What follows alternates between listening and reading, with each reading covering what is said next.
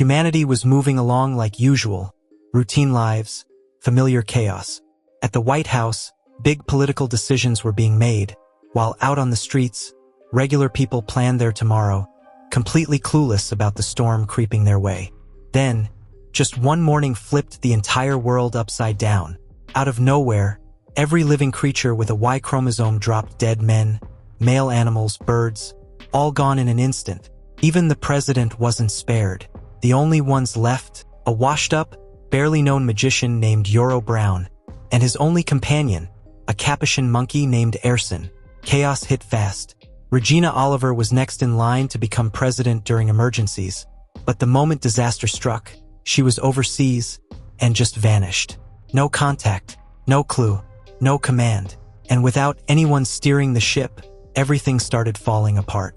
The city descended into madness. Fear-stricken women, overwhelmed and heartbroken, flooded the streets in violent riots, destroying whatever stood in their way. Nobody knew what to do or how to survive. Inside the White House, panic bubbled behind locked doors. The countdown had begun. In 2 weeks, coal and clean water would run out completely. Food supplies? Already dwindling fast. No males left meant animals couldn't reproduce, and rebuilding food resources? Impossible in time. And the worst part, it wasn't just one city facing collapse. The entire world was on the brink. Senator Jennifer Brown steps up and takes control during the crisis. Not long after, she's approached by Agent Sarah Bergen, a mysterious operative from the president's ultra-secret task force, known only as Designated 355. Sarah explains that she was dispatched because of a serious threat, but everything happened so fast she never even got full intel on what exactly she was walking into. Meanwhile, Yorick is doing everything he can to stay off the radar. Holed up in his apartment, he's terrified of becoming a target for the growing number of panicked, desperate women. But as his food and water run dangerously low, he finally makes a choice. He leaves a note for his girlfriend and ventures outside to see what's left of the world. Back at the White House, Senator Brown gives Sarah her first critical mission: find her missing daughter, Hero. Since the disaster hit, Hero's gone completely silent. But instead of running for cover, Hero has her own agenda. She heads straight for a refugee center, where she offers comfort and help to survivors, including the grieving wife of her late lover. Afterward, she returns to a hidden shelter where her close friends are gathered.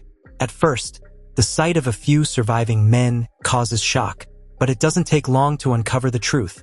These individuals were born female and transitioned using hormone therapy, which spared them from the deadly fate triggered by the mysterious plague. In New York City, the chaos deepens as evacuation efforts kick into full gear.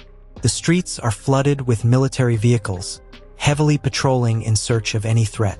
Yorick, doing everything he can to stay out of sight, finds himself in a dangerous game of cat and mouse. He knows the military is on the lookout for anyone trying to sneak around, but that doesn't stop him.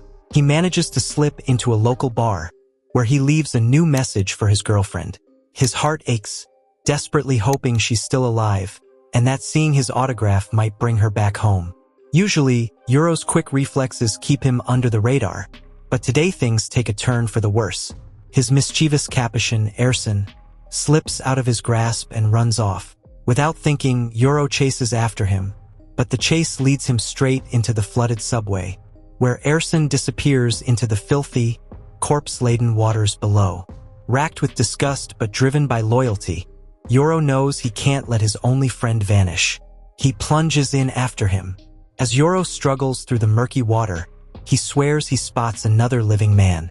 Could it be a mirage? Shining his flashlight around, he's left with nothing but the grim reality of debris and rotting corpses. Determined, he climbs back up to the surface and finds refuge in a clothing store, hoping to change without being seen. But luck isn't on his side. The shopkeepers freeze, staring in shock at the naked stranger in their midst. One woman proposes handing him over to the authorities for a reward, but in the end, they take pity on him. With a mixture of sympathy and fear, they offer him clean clothes and let him slip away.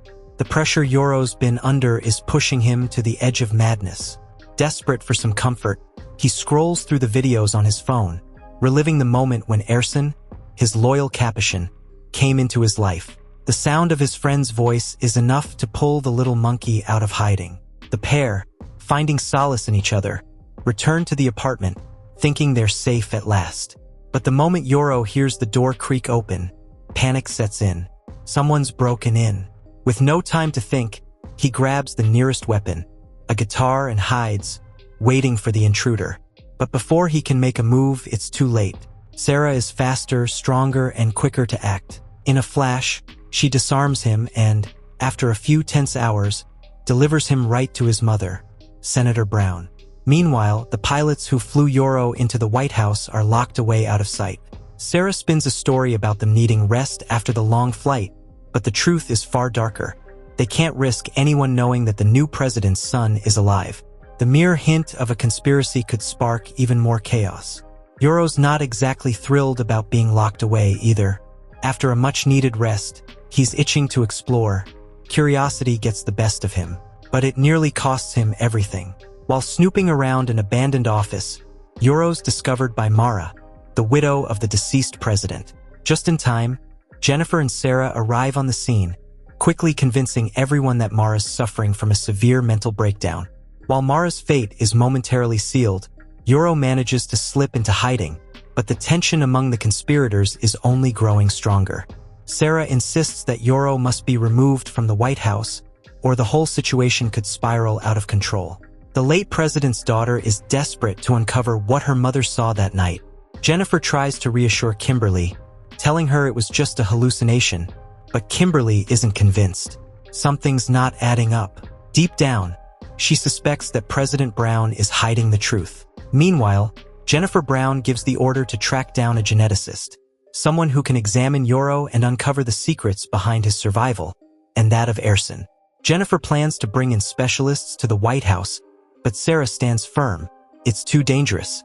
They need to get Yoro out of the city as quickly as possible. Sarah is ready for the risky mission, but time is running out. Elsewhere, in Israel, a woman awakens, bruised and bloodied. The world-shattering news reaches her. All the men on Earth are gone. But instead of despair, she makes a bold declaration. She's now going to claim the presidency of the United States. Nora Brady, once a top presidential advisor, is left wandering the ruins with her young daughter, Mackenzie. Having lost her husband and sons, with no resources left, she's on the brink of collapse. But through sheer willpower, Nora pulls herself together, determined to fight for her survival and her daughters. Back in the White House, a bombshell reaches Jennifer. Regina Oliver, the leading presidential candidate, is alive. This causes a deep divide among the staff. Some remain fiercely loyal to Jennifer Brown, while others rally around Regina Oliver and Kimberly. With the stakes higher than ever, Jennifer has no choice but to agree with Sarah's plan. Yoro needs to be moved to safety. Sarah gathers the pilots who previously flew Yoro into the White House, promising them glory if they succeed. The plan? Smuggle Yoro out in a cart full of dead bodies. The boy protests, trying to come up with another way, but Sarah stands her ground. There's no time for other options. The plan is set. With military precision, Sarah gets Yoro into a helicopter, and she plans to fly it herself. A second helicopter, piloted entirely by women, will act as a diversion. But just as they reach cruising altitude and disappear from sight, disaster strikes. The escort helicopter loses control and explodes into a fiery ball of debris. The explosion sends shockwaves through Yoro's body, but Sarah remains unshaken. This was the price for keeping the pilots quiet. After hours of tense flight, Sarah and Yoro finally land in a secluded forest to rest. The stench from the cart, still clinging to Yoro, is unbearable. Sarah, struggling to endure the smell, asks Yoro to undress. She tells him it's time to wash his clothes before they continue on their journey. After all, they can't risk drawing attention with that kind of odor. Meanwhile, Yoro's sister, Hiro, sets off on her own journey, accompanied by her friend, a trans man. As they make their way to find a safer location, they stop at a looted store, hoping to scavenge some food. Instead, they come across a frightened Nora and her daughter, Mackenzie, tending to the girl's leg. Hiro quickly spots a serious, infected wound and insists on offering first aid to ensure they can keep moving forward. Back in the forest, Sarah and Yoro's brief respite turns into a nightmare when their camp is attacked by a group of wild looters. Sarah tries to talk them down, but the situation grows tense. Fearing for their safety, Yoro grabs a mask and waves a stick to scare off the women. The looters hesitate, and the threat finally subsides. But Sarah and Yoro both know they can't afford to stay in one place for too long. They head toward the nearest town where they make a trade, a helicopter generator and a couple of grenades for a motorcycle. As Sarah inspects the bike, Yoro, forgetting every bit of caution, runs off, thinking he's spotted his girlfriend, Beth, in the crowd. His reckless move lands him in a trap. He's surrounded by female police officers who rip off his mask and expose his secret. Sarah quickly jumps into action, fighting off the officers and dragging Yoro away. Once they're out of danger, she stops the bike, furious. She forces Yoro to face the reality of their mission and reminds him how close he came to ruining everything. Meanwhile, Hiro, her friend, and their new companions find shelter for the night in an abandoned women's refuge. Hiro, exhausted, confides in Nora about Mackenzie's worsening condition. She needs antibiotics, but every pharmacy has been looted, leaving only fear and despair in its wake. Nora steps outside to hide her tears from her daughter. But outside, she faces a new terror. A group of women, led by Roxanne, claim ownership of the shelter and seem far from welcoming to the uninvited guests. The group is quickly rounded up by the Amazons, as Roxanne's followers call themselves, and forced into the stables like cattle awaiting slaughter. But Nora's quick eyes notice a glimmer of hope.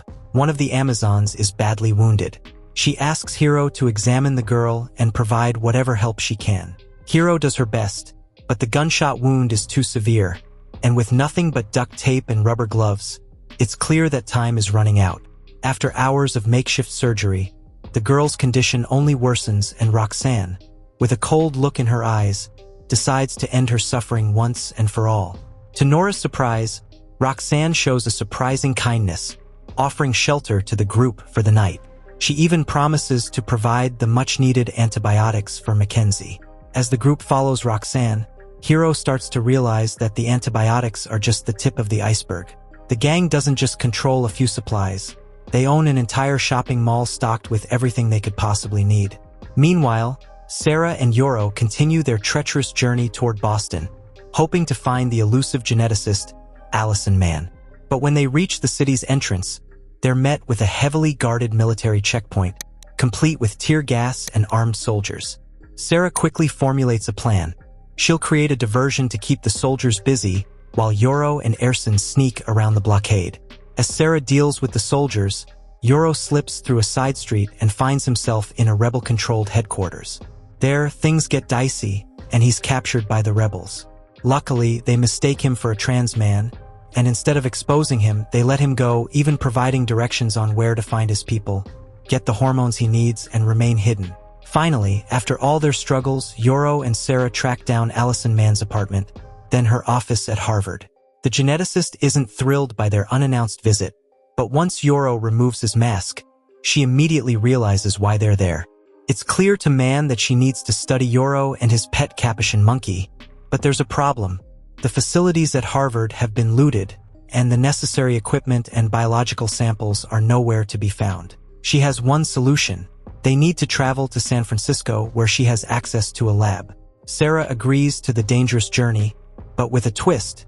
She secretly sabotages their radio, severing their only means of contacting the White House.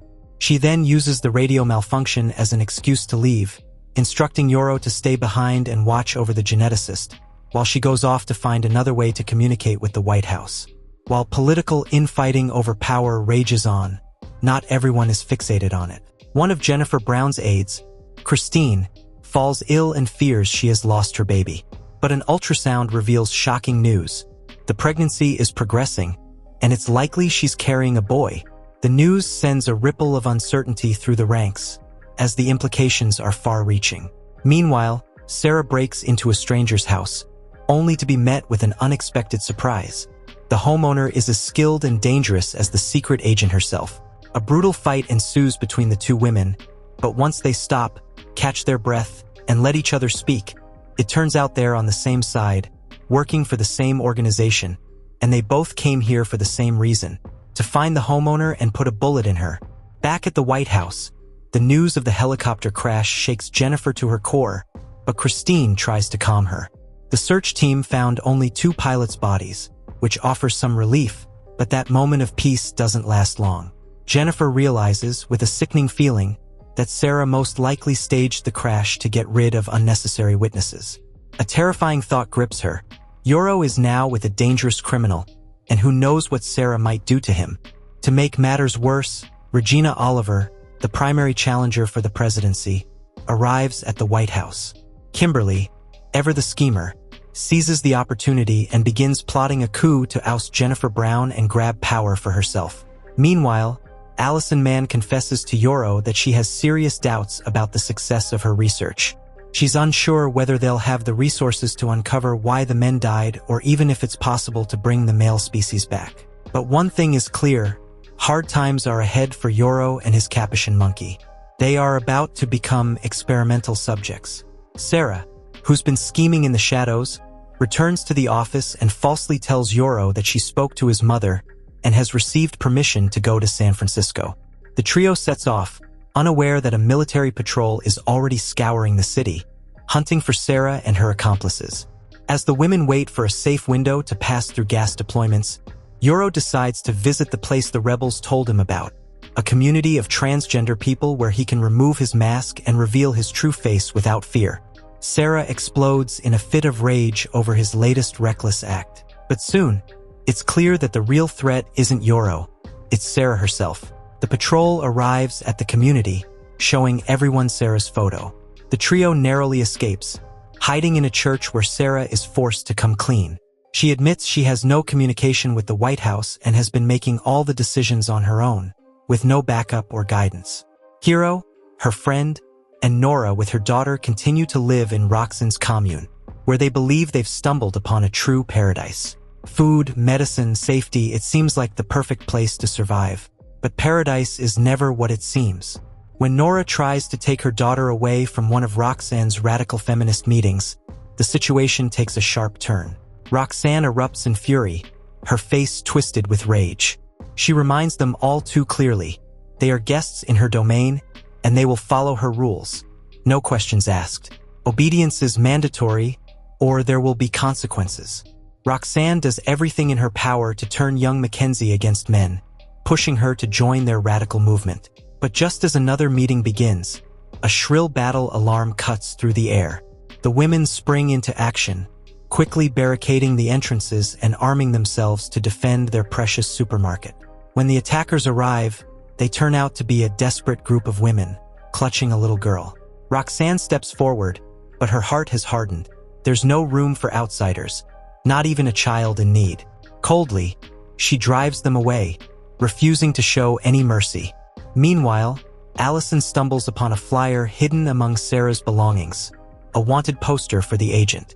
She warns Yorick that he needs to run, to escape before Sarah's past endangers them both. But Yorick, torn by loyalty, refuses to abandon his friend, even as he senses she's keeping dangerous secrets from them. That evening, Roxanne gathers the entire commune for a celebration, an event that quickly takes a bizarre turn. She begins by telling the crowd about Laura, a cherished member of their movement, proudly referring to them as the Amazons. What seems like a simple gathering soon morphs into something far darker. As the ceremony progresses, Hero and her companions begin to feel the unsettling atmosphere. First, Laura is sprinkled with dirt, then submerged in a bathtub. When she emerges, a transformed woman, everyone begins calling her by a new name, Athena. The ritual leaves the air thick with unease. Unable to ignore the weirdness any longer, Sam, Hero's trans friend, slips away from the hall.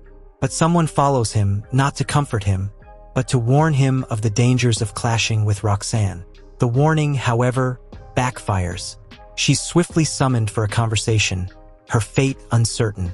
Back at the White House, Jennifer receives a troubling report. Sarah has been located, and an ambush is underway. The president's worry deepens as she realizes the search team could find her son as well. But by then, Allison has convinced Yorick to leave, and the pair disappears into the forest. As the trackers close in, the tension rises, but Sarah is a step ahead. She neutralizes the soldiers and destroys their radios, cutting off all communication to the White House. That night, Nora is jolted awake by screams. Trying to stay quiet, she peeks outside and sees a chilling sight: a crowd of Amazons brutally punishing a girl for speaking to Sam. The smiling beauties reveal their ruthless nature, but Nora, desperate to protect her daughter, decides not to interfere. She'll play by their rules if it means keeping Mackenzie safe. Sarah finds a van, and the group continues their journey to San Francisco, their hope dwindling with each passing mile. Yet despite Yoro and Allison's attempts to flee, Sarah's distrust of her companions grows, setting the stage for disaster. Exhausted and on edge, she falls asleep at the wheel. The van veers off the road, crashing violently. After struggling to climb out of the wreck, Allison scrambles to find Sarah, only to discover she's vanished from the driver's seat. Instead, a convoy of military vehicles appears on the horizon, vehicles that have nothing to do with the White House. Jennifer is quickly informed of the incident and the unsettling news. Among the fugitives was a man. As the weight of this revelation sinks in, she scrambles to deflect suspicion away from her son. Meanwhile, Yoro regains consciousness in a strange bed, disoriented, and finds himself in an unfamiliar house with an equally unfamiliar woman. He gets up, desperate to find Erson, but instead encounters the residents of the ranch, a group who seem peaceful but are evasive about the whereabouts of his companions. Meanwhile, Sarah and Allison awake in a prison cell, bewildered and unsure how to escape. Back in the city, Jennifer addresses the surviving citizens, urging them to remain calm and agree to evacuation without further chaos.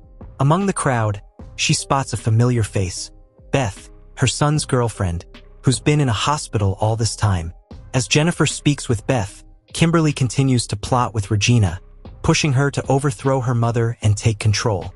Despite the seemingly friendly atmosphere of the ranch, Yoro isn't allowed to leave. Instead, he's thrown into a cell with the women, as the community debates what to do with their prisoners. In the midst of all this, more grim news arrives. A new strain of flu has emerged in Greece, complicating an already tense situation. Jennifer dives headfirst into managing the crisis, but her day takes another turn when Mara confronts her at the command center, demanding answers about the rumors surrounding Yoro. The tension in the cell is unbearable as the hours stretch on, each minute feeling like an eternity. Yoro and Sarah's simmering frustrations finally explode into an argument, but before it can escalate further, the heavy door creaks open. A woman from the settlement steps in, her face unreadable as she delivers the news. The decision has been made. They'll be allowed to stay in the settlement until Sarah recovers, but once she's better, they'll be escorted out of the city and can continue their journey to San Francisco. The relief is palpable, though their futures remain uncertain. The ranch residents, appearing kind and helpful, offer Sam a separate bedroom to rest in. As the exhaustion sets in and she prepares for sleep, Sam leans in, whispering a warning to Yoro: "Stay alert, trust no one." But Yoro, still clinging to the fleeting hope that they've found a safe haven, dismisses her fears, convinced that she's exaggerating. The ranch feels alive, vibrant with people going about their business, and everyone seems genuinely kind. The luxuries of food, water, and electricity are abundant, things most areas no longer have, and for a brief moment, Yoro allows himself to believe that maybe this place is different. But outside, the world continues to crumble. Mara's grief, the weight of her losses, becomes too much to bear. She climbs to the roof of the White House and, with one final, painful step, she leaps into the void, hoping to be reunited with her loved ones. Before she goes, she leaves a note for her daughter, filled with apologies and a final plea for strength. Meanwhile, Beth returns to the city, but instead of returning to her friends, as she'd promised Jennifer, she makes a beeline for a rebel truck. She joins a group planning a brutal assault on the White House, her loyalty torn, her allegiance shifting as the world around her crumbles. Back at Roxanne's commune, another act of violence shakes the fragile peace. Kate, one of the Amazons, attempts to leave the group, seeking a way out of the oppressive rules that have begun to suffocate her. Roxanne, merciless and unforgiving, shoots Kate in the back as she tries to flee. But rather than acknowledging the murder, Roxanne spins the tale, framing it as an attack by nomads to discourage further defections. The loss is not mourned. Instead, Roxanne orders the group into intensive firearms training, preparing for more conflict and making it clear that any guests will be thrown out of the commune soon. Nora, desperate to keep her daughter safe, hears about the impending expulsion and rushes to Roxanne, pleading for mercy. She begs to be allowed to stay a little longer to avoid the danger that looms. But Roxanne's heart remains cold and unyielding. The answer is no. Nora and her daughter have just a few more days before they, too, will be cast out. Roxanne stands tall as she addresses her followers, her voice filled with conviction and authority. She reminds them how far they've come, from the ground up, when she first discovered this place and built their community from nothing. She tells them that she, and only she, is the reason they've survived this long. Nothing and no one could replace the protection she provides. She preaches the dangers of the outside world, an unrelenting storm of chaos, death, and destruction, and reinforces the idea that only under her guidance can they find safety, power, and unity. The meetings continue, where the women are expected to recall the worst deeds of men, painful, graphic memories designed to cement the idea that men are the enemy.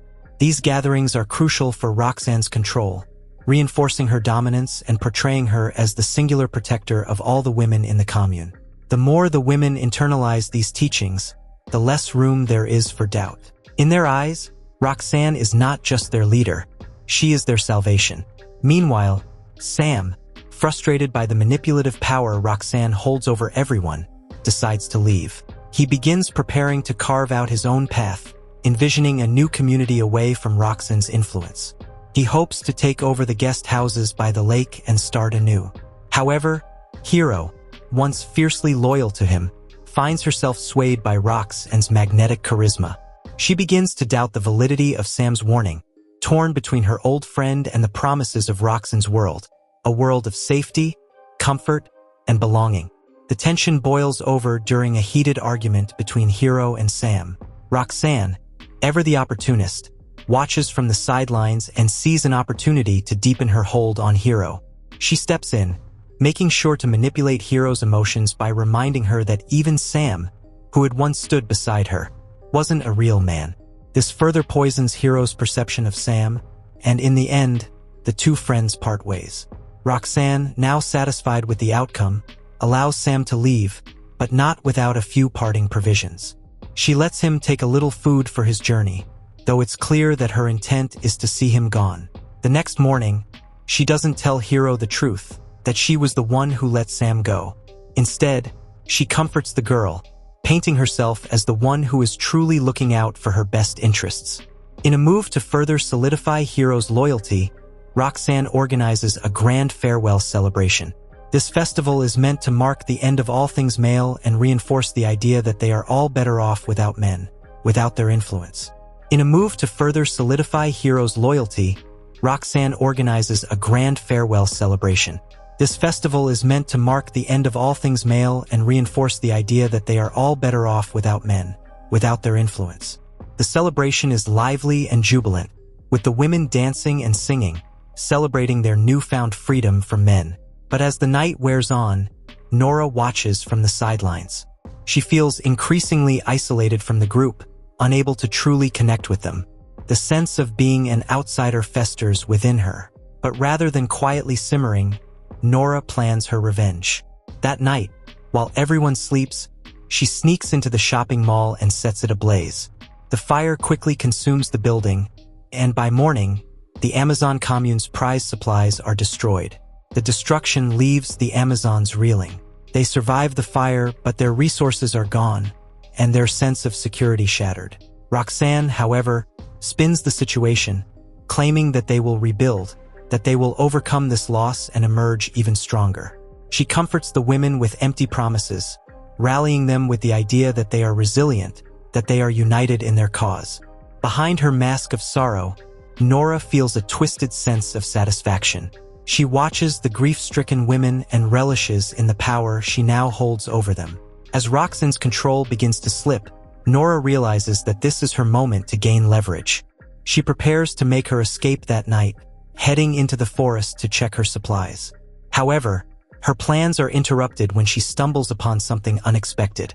A police car by the river, its interior filled with bodies. The sight is chilling, and it becomes clear to Nora that Roxanne is not the benevolent leader she's claimed to be. Her reign is built on deception and brutality, and now Nora has the upper hand.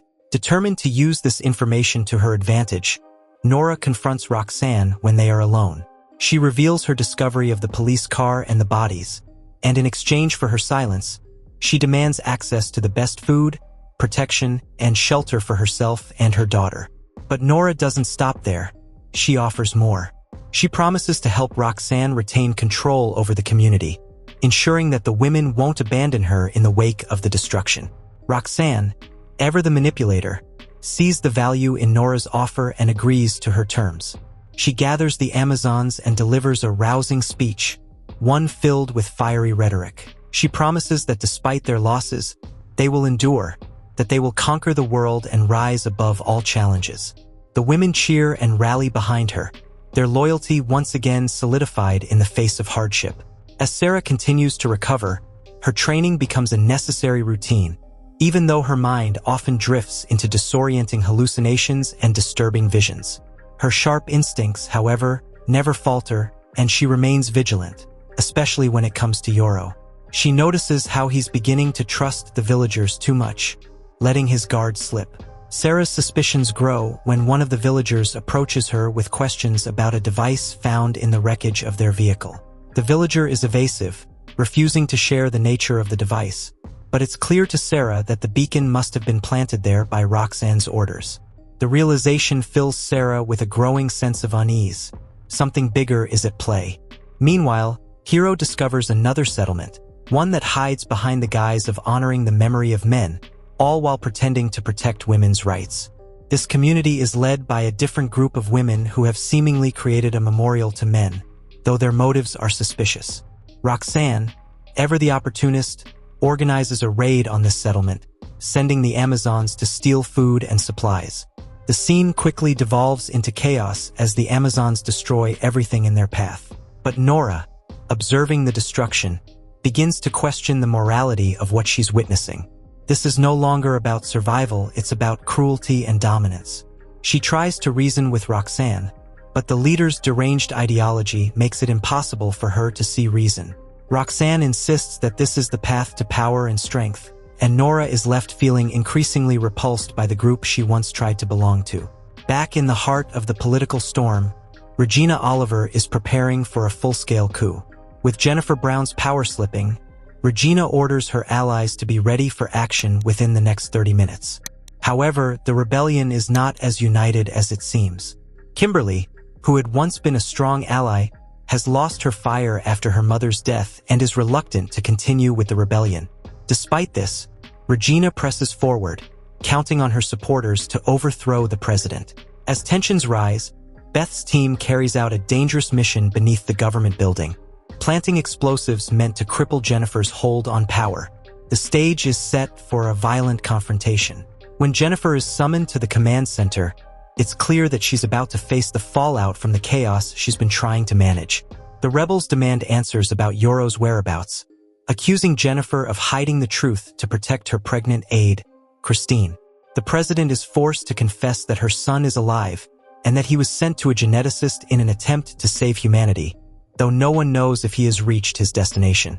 As Jennifer's confession spreads, even those who had supported her begin to turn against her, swayed by Regina's claims. The demand for Jennifer's resignation grows louder as her credibility is shattered. But just as the situation reaches a boiling point, the building is rocked by an explosion, a clear sign that the rebels have breached the compound.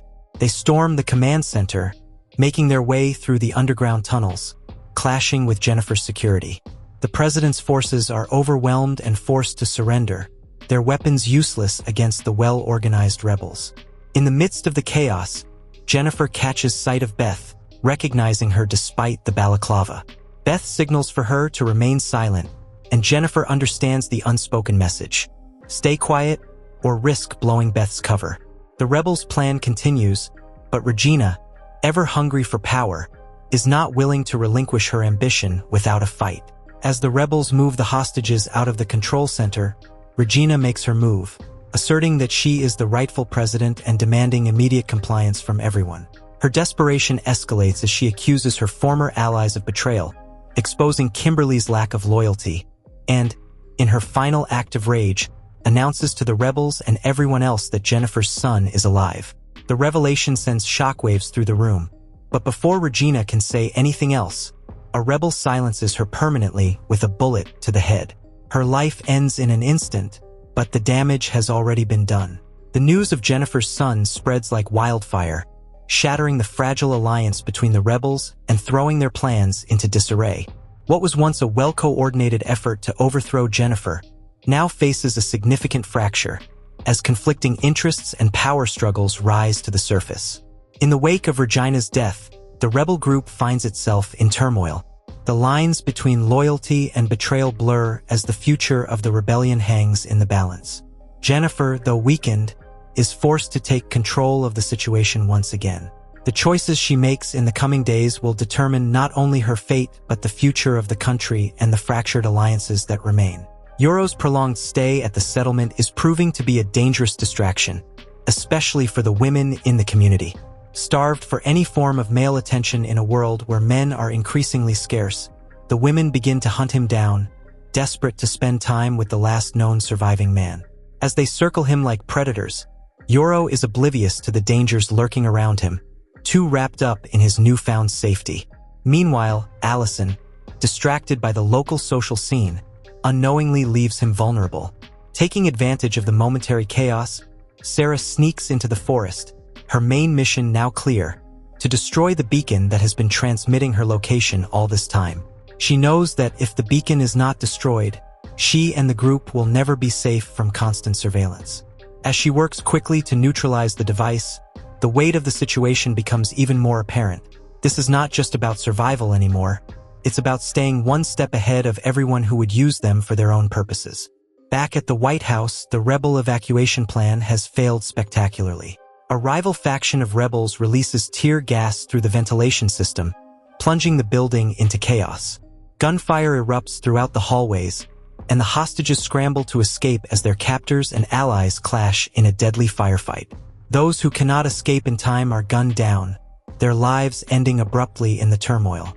In the chaos, Beth finds Jennifer and quietly removes her handcuffs, leading the president away from the wreckage. Jennifer is torn. She wants to save her pregnant aide, Christine, but there's no time. She has to leave her behind, but Christine is not abandoned. Kimberly, still loyal despite everything, steps forward to protect her. Together, they make their way through the underground parking lot, reaching an exit where they can make their escape. Meanwhile, back in Roxanne's commune, the search for surviving men intensifies. While searching the wreckage at Memory Town, Roxanne finds a notebook detailing the names of all the surviving men. This discovery sparks a new mission for her. She is determined to hunt down and eliminate the last remnants of the male population, believing that their existence is the source of all the world's problems. Roxanne's goal is now to free the planet by eradicating men. The first on her list is none other than Yoro. Nora, ever loyal to Roxanne, provides the portrait of Yoro, and the hunt begins. As the two women prepare to set out to find Yoro's village, Sarah senses the danger looming closer. She urges her companions to leave immediately, warning them that it may already be too late. Yoro, though reluctant to leave, doesn't argue with Sarah. But as they try to escape, the clock is ticking down. Roxanne has already located the village and is preparing her squad for an attack within hours. There's no time to waste. Amidst the chaos, a pair of nomads burst into Roxanne's camp, bringing shocking news to Hero. The president is dead, at least that's what the nomads believe. Hero is unaware that the title of president never truly belonged to her mother, but she assumes Jennifer is dead. She mourns her mother's loss, unaware that Jennifer is still very much alive and making plans to flee the city. Jennifer, devastated by the loss of so much, knows that staying in the city is no longer an option. With Beth by her side, she prepares to leave, understanding that her life, and the lives of those she cares about, are in immediate danger. That night, a tense and dramatic escape unfolds as Sam sneaks into Jennifer's house, prompting an immediate reaction from the woman, who recognizes her daughter's friend. Together, They try to flee the building, but it's too late. Outside, the house is already surrounded. Kristen and Kimberly, who are still trying to find safety, manage to find refuge in an abandoned barn. When morning arrives, Kimberly, realizing the stakes, tells Kristen that they have one chance to save everyone. Her solution is startling. They need Yoro, and Yoro appears willing to agree to the plan. Meanwhile, in the village, Yoro's brief moment of peace is shattered when one of the village women, who had long been infatuated with him, spends the night with him. This brief moment of comfort is immediately interrupted by the arrival of Roxanne and her Amazons, who storm the streets, demanding Yoro's surrender. The sound of gunfire wakes Sarah, and she orders Yoro's new girlfriend to get him to safety while she stays behind to hold off the Amazons. The situation quickly turns desperate. Realizing the village is heavily outnumbered, Sarah steps outside with her hands raised, pretending to be surrendering to the attackers. She uses this opportunity to deceive the Amazons, bringing out a local trans man and passing him off as Yoro, the supposed last man alive. The firefight erupts as the Amazons take the bait, but Sarah uses the chaos to disarm her enemies and escape. Even little Mackenzie, desperate to prove her worth, joins the fight, adding her voice to the fray, trying to show Roxanne that she belongs in the commune. But the situation becomes even more complicated when Hiro catches up with the escapees and fires at them, until Yoro turns around, recognizing his sister. Hiro hesitates, but Yoro's girlfriend, unaware of their relationship, shoots Hiro. Wounded but determined, Hiro delivers a final message to her brother, telling him about their mother's death and warning him that Roxanne and her Amazons plan to destroy him. She urges him to flee, sacrificing herself to buy Yoro the time he needs to escape. Hiro's words resonate with Yoro, but not before she takes down one of her fellow Amazons in a desperate act to protect her brother. Back in Roxanne's camp, the firefight rages on, and just when it seems like all hope is lost, Nora steps forward, raising her hands in surrender. Roxanne, furious, cannot control her rage, but she is met with a surprising calm from the remaining members of the commune. Hiro, who has managed to survive the firefight, shares the news that Yoro is alive. This revelation gives the women newfound strength, and Nora, determined to take control, returns to the camp with a single goal: to depose Roxanne.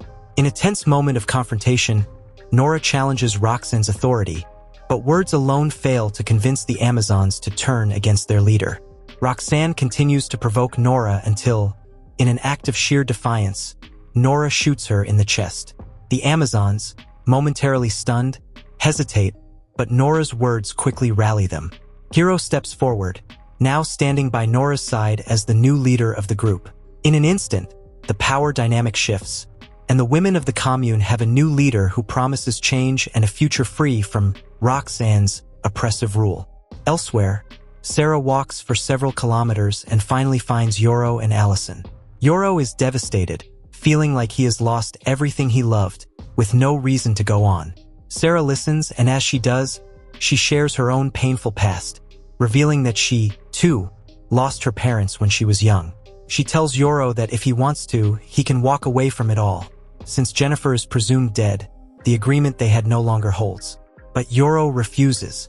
He asks Sarah to become his trainer, vowing to learn how to protect himself and stop being a burden. With a renewed sense of purpose, Yoro commits to fighting for his future. As Jennifer, Beth, and Sam sit in the locked room, they remain unaware of the grim reality unfolding outside. The surveillance cameras track their every move, yet the trio is focused on trying to figure out how to escape. Though the room is devoid of anything useful, the constant presence of the cameras is a subtle reminder that they are not alone. The tension is palpable, each of them wondering who has captured them, and why. Meanwhile, Sarah is busy preparing the next leg of their journey. She leads her companions, Yoro and Allison, to a fueled vehicle. The car seems almost too well stocked for a simple escape, filled not just with gasoline but with scientific equipment and tools. A map is placed on the dashboard, and it's immediately clear that this journey is no random one. The route is marked, and the way forward is carefully planned, but its destination is a mystery.